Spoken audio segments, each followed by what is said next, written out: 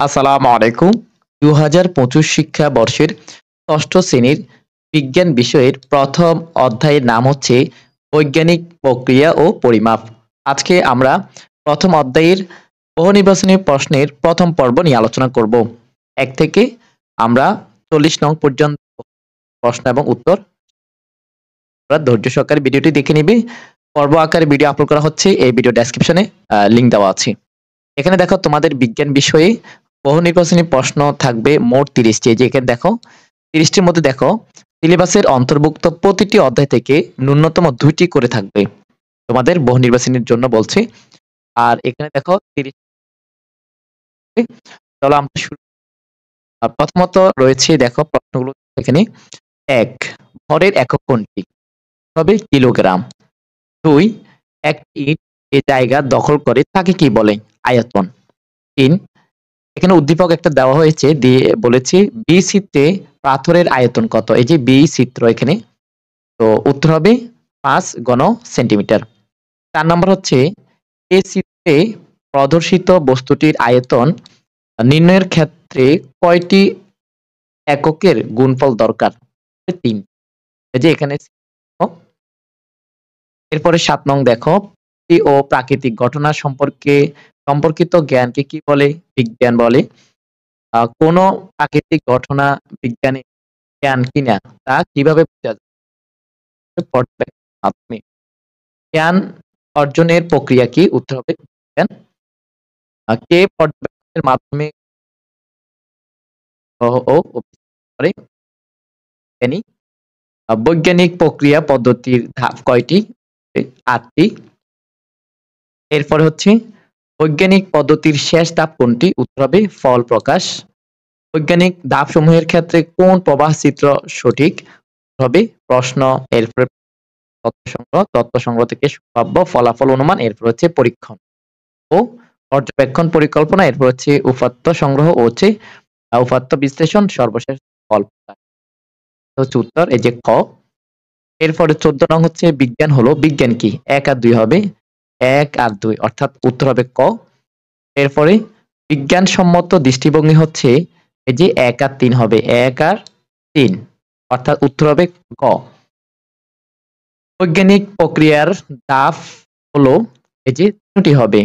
এখানে ৩টি অর্থাৎ বিদ্যমান তথ্য সংগ্রহ, পর্যবেক্ষণ ও উপাত্ত সংগ্রহ, সম্ভাব্য ফলাফল গ্রহণ বা অর্জন। এরপরে হচ্ছে দেওয়া আছে উদ্দীপক।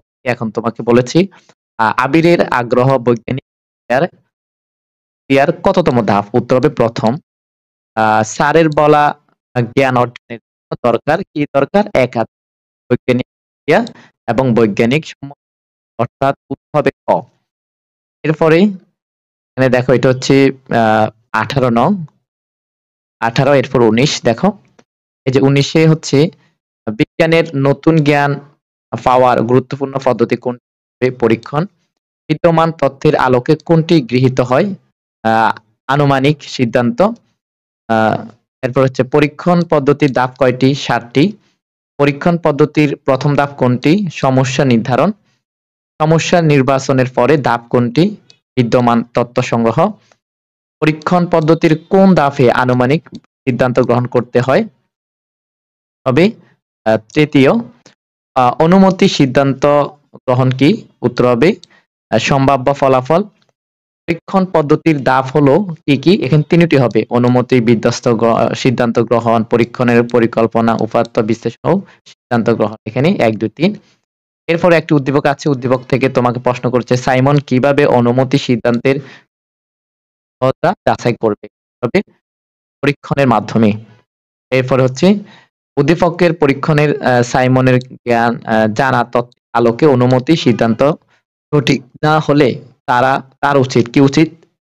২ আর ৩ অর্থাৎ নতুন করে উপাত্ত বিশ্লেষণ করা, নতুন সিদ্ধান্ত গ্রহণ করা। এই যে ক। এরপর হচ্ছে কোন ক্ষেত্রে পরিমাপ খুব প্রয়োজনীয়?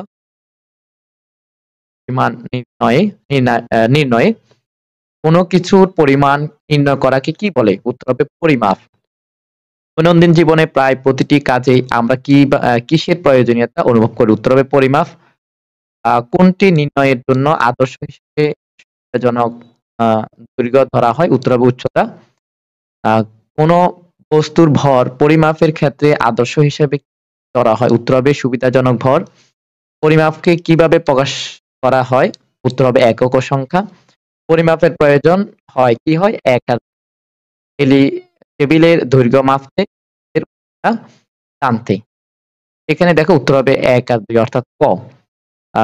ছোট দৈর্ঘ্য মাপের জন্য ব্যবহৃত কি হবে? ৩টি হবে। মিটারের ভগ্নাংশ, মিলিমিটার, সেন্টিমিটার। পরিমাপের আদর্শ পরিমাণের ক্ষেত্রে কি হবে? যে ১, ২, ৩ এখানে উত্তর হচ্ছে এখানে দেখো এই যে হচ্ছে ১ আর ২ ক। আর অপশন এই যে এখানে ১ আর ২ হবে। এই যে এখানে দেখো পরিমাপের আদর্শ পরিমাণের ক্ষেত্রে ১ আর ২ হবে আর কি। এই যে একটি সুবিধাজনক পরিমাণকে আদর্শ হিসেবে ধরা হয়, একটি ন্যূনতম ক্ষুদ্র অংশকে আদর্শ হিসেবে ধরা হয়, যে ১ আর ২ হবে। এর উত্তর হচ্ছে ক। এখানে দেখো এই যে উত্তর ক। এরপরে একটি প্যাসেজ দিয়ে তোমাকে বলেছে রাশেদ তার হাতের দৈর্ঘ্যকে একক। এরপর রাশেদের প্রক্রিয়াটি কি? এখানে ২ আর ৩ অর্থাৎ জীবনের প্রতিটি ক্ষেত্রে প্রয়োজনীয় সুবিধাজনক পরিমাপের ব্যবহার। এখানে উত্তর হবে খ। এরপরে হচ্ছে সাধারণ পরিমাপযোগ্য সবকিছু কি? এটা রাশি। পরিমাপের একক কয় প্রকার? ২ প্রকার। এরপরে হচ্ছে স্বয়ংপূর্ণ এককের অপর নাম কি? মৌলিক একক। কোনটির একক মৌলিক ভরের? আজকের পর্বে আমরা ৪৩টি পড়েছি। দ্বিতীয় পর্বে আমরা এই যে ৪৬ থেকে শুরু করব। এ পর্যন্ত তোমরা ভালো থাকবে, সুস্থ থাকবে। আল্লাহ হাফেজ।